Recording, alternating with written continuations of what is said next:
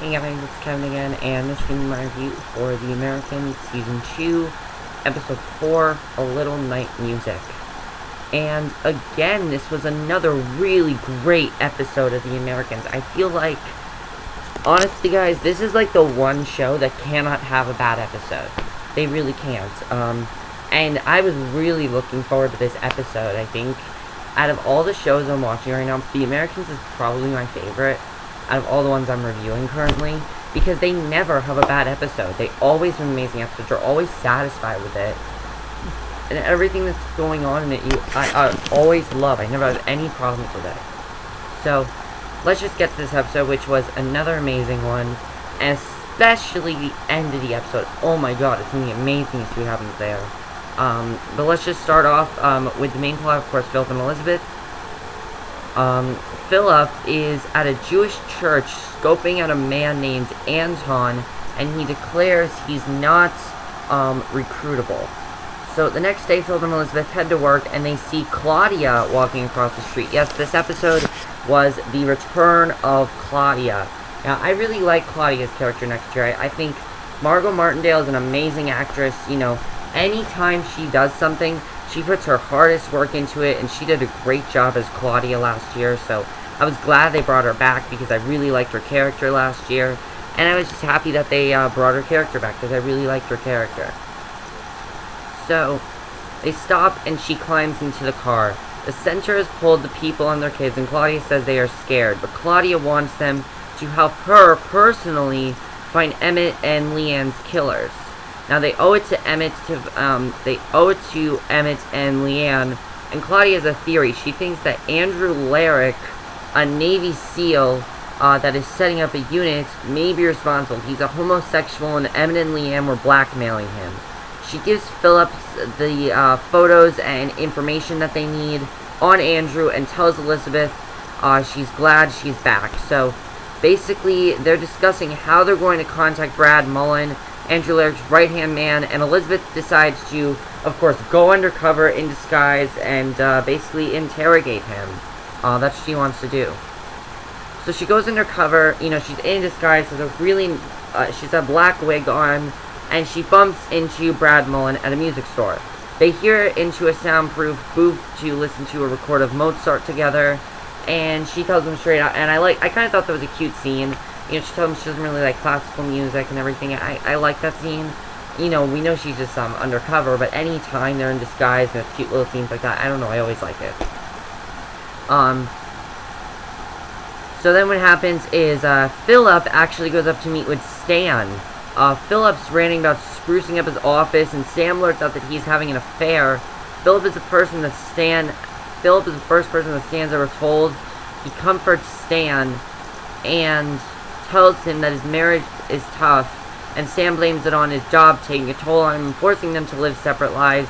He tells Phillip he is lucky to be a travel agent. I like this scene because it really showed that even though Stan is catching KGB agents, they're very much alike. They both have, you know, they're both going through marital problems. They both went through marital problems.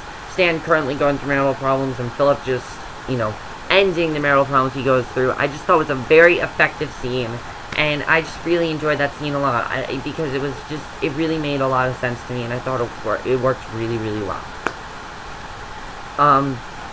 So then the next day, Phillip reveals to Elizabeth that Stan finally confessed to him about his affair, which they've wanted him to do for a while, and Elizabeth checks into a hotel with Brad. Brad confesses that he has never done this before. He's the kind of loner, not the usual military type, and, you know, Phillip reassures Elizabeth reassures Brad that she likes him. They begin to kiss, and then Elizabeth tells him to stop, and she wants to take things kind of slow. She then starts crying and picks up her stuff to leave, and tells Brad she will call him as she walks out the door. So, in the meantime, Phillip's following Andrew and learns that he has a mistress. He's working on getting her address. Elizabeth says that everything is a piece of cake with Brad. And, yeah, so Elizabeth heads out to lunch with Brad. She tells him that she was attacked and raped by a Navy SEAL on leave that she met at a bar. She describes a detailed and disturbing account of what happened to her when she was raped. And basically this scene is basically a parallel of what happened to her, you know, when she was a KGB agent in training, because as we know, she was violently raped when she was first a KGB agent.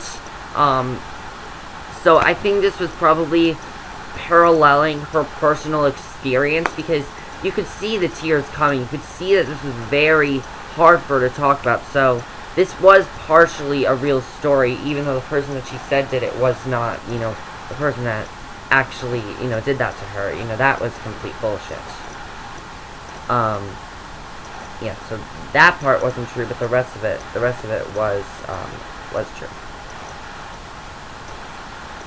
So then, basically, she tells Brad that his name was Andrew Larrick, and Brad says he's going to jail. He's gonna go to jail for this, and because of what he did, you know, he's gonna go to jail.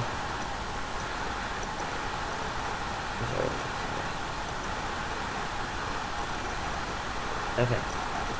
He says he's going to jail for what he did, you know, because of this, and, she tells Brad that his name is Andrew Larrick, and, he's gonna go to get Larrick's Navy files so he can show them to a lawyer. So Philip then spends a lazy morning with Martha. If you don't remember Martha, Martha was the girl that he fake married, you know, not really in a relationship with. She thinks they're in a relationship, but, you know, really it's just to get information about something. I don't remember what the exact information is, but they're starting to go through problems. They're spending a lazy morning, and Philip, all of a sudden, as she's calling his mom, basically decides to leave, and she kind of gets upset about this. And he tells her that, you know, why do you have to talk to your mom? Why do you have to distract me? He had some good points here. As we know, the whole reason he has to leave is because of what he's doing, but, he then really really gets intense once he finds out she's washing her hair in the kitchen sink. And Martha is on Clark, though. She accuses him of picking a fight with her just so that he has an excuse to leave, and they end up getting into a really heated argument, and it's not looking good for the two of them. I don't think it's going to work out for the two of them, unfortunately, and we're just going to have to see what happens there. So that was a little side plot. So Elizabeth meets up with Claudia. Claudia lectures her that she's not ready for the mission, and she's too afraid. Elizabeth calls her out, and she says she's up to something and wants to know what it is. And Claudia says she doesn't want to lose anyone else, and then storms off. You know, because last year they did not trust Claudia. They basically just told her, we don't trust you, we want to let you go. And this year she doesn't want to be let go of. She wants to help them out. She wants to be trusted, and, you know, it was a really effective scene. Another really effective scene, in my opinion. So then Elizabeth meets up with Brad and says he doesn't have the files. He says people who were watching him, whenever he went to make copies, he chickened out. Elizabeth charms him in the car and tries to convince him to try again. And then to end this episode, before we get the scene with Martha, she heads home. She's taking out a tape recorder, and she's calling Clark and leaving him a message. And she tells him that they need to talk. You know, she also tells him that there's this form that they need to sign, and she's going to put his name on it. So if he doesn't want her to put her name on it, then he has to come home. You know, that was a really big scene as well. And then Elizabeth and Philip are sitting in their car undercover in the middle of the night. And Anton walks out of a building, and Philip hops out of the car and throws him into the trunk. And this is a really big scene. Before they can get away, a man and woman come out of nowhere and start attacking them. Philip has the woman down, but then Elizabeth goes blackout crazy and nearly kills the man. You know, nearly kills him. Philip walks away from the woman to stop Elizabeth, and the woman hops into the car and drives away with Anton in the trunk. So Elizabeth and Philip are screwed. They are stranded in the middle of the street in the middle of the night with a half-dead man and no car. So that is how this episode ends. It ends on a huge cliffhanger, and they've basically almost been discovered, and these people are not good people, so it's going to be very interesting to see where this goes. Definitely, I really loved this main plot. Very great main plot, as usual, and just very, very good stuff. Always great. Now let's go to Paige. Paige's storyline in this episode. Really like where they're going with her storyline. You know that girl that she found in the last episode? That girl actually brought her to a Christian church. She's in her basement singing hymns with a youth group, and she's sneaking into the house, and she basically has to lie again to Elizabeth, telling her that, her friend had boy troubles and she likes the junior. They can clearly see, though, that there's something else going on. And Elizabeth starts to get very, very suspicious. And eventually, Elizabeth actually catches her, catches Paige reading the Bible. And because they are Russian, there are certain beliefs that they have, and one of them is not reading the Bible.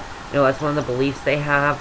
And so it's kind of horrifying for her to see this is what her daughter is becoming, and she doesn't want her daughter to become this way. But however, she's becoming very, very Christian, and that's not a bad thing. It's a bad thing for them, though. It's a very bad thing for them. So it's going to be interesting to see what happens there. She's even saying grace at dinner, and her and Phillip gets this argument about it. Phillip tells her, I really wouldn't worry about it. It's just a phase she's going through. Her friends just got her into it. Let her do what she wants to do. And I like that Phillip said that, because it's true. It's really nothing to worry about, and Elizabeth's making a big deal out of nothing. But that was Paige's plot, and I thought Paige's plot was very interesting. I'm really interested in seeing where that's going to go. And lastly, we're going to talk about Nina, Stan, and Oleg. Stan and Frank in this episode, they're under investigation for the shooting of the KGB agent that Stan shot last week. And Frank reveals to Stan that he's being layered. They are bringing in someone over him. Jim Hallowell will be running CI. And Stan thinks it is because of the shooting, but Frank informs him they are after bigger game, and Stan is small fish to them. Now, Oleg gets a new security clearance so that he can access Arcady's files, and he thinks that he is hiding something from him, and Arcady is not happy. He thinks Oleg is abusing his family connections and is acting like an American to get his way. So, Oleg confronts Nina and reveals that he has all her files about Stan, and he tells her he sympathizes for her and he knows that it must be hard for her to have to deceive with a body, and Nina says she doesn't doesn't need his sympathy. And that's pretty much all we got with their plot in this episode. Not much going on with Nina and Oleg. However, we do kind of see that Nina's slowly drifting apart from Oleg, doesn't really want anything to do with Oleg, and I'm thinking she actually does have genuine feelings for Stan, and she just doesn't want to, admit it. She wants it to be strictly business, and she's actually starting to fall for Stan. He said he loved her in the last episode. However, we know that Oleg is chasing her, and Oleg likes her, so it's going to be interesting to see what happens here, definitely. But overall, another fantastic episode of The Americans. Really effective one. Especially that last scene. Oh, I can't wait to see what happens there. Have they been discovered? Did anybody see them? How are they going to get home? Things like that. What's going to happen with Paige and this new Christian group? What's going to happen there? I'm really interested in seeing what's going to happen there. I think what's going to happen with Paige is that she's going to pretty much she's going to be part of this group. However, what's going to happen with her is she's just going to become so involved with it that she's going to basically create her own values, her own morals. And one of the things I'm loving about Paige's character this season, we're seeing a very rebellious side of Paige, and I've really been enjoying that plot a lot. I think it's a very effective plot, and I really have been enjoying that a lot. Also, what's going to happen with Stan and Oleg and Nina, what's going to happen there? It kind of seems like Oleg likes Nina. We know he likes her, but she doesn't want anything to do with Oleg right now. So we're going to have to see what happens there. And that's it for my review. I hope you enjoyed it. And I will see you guys in my next video, which will be my review for Arrow. So see you then. Bye.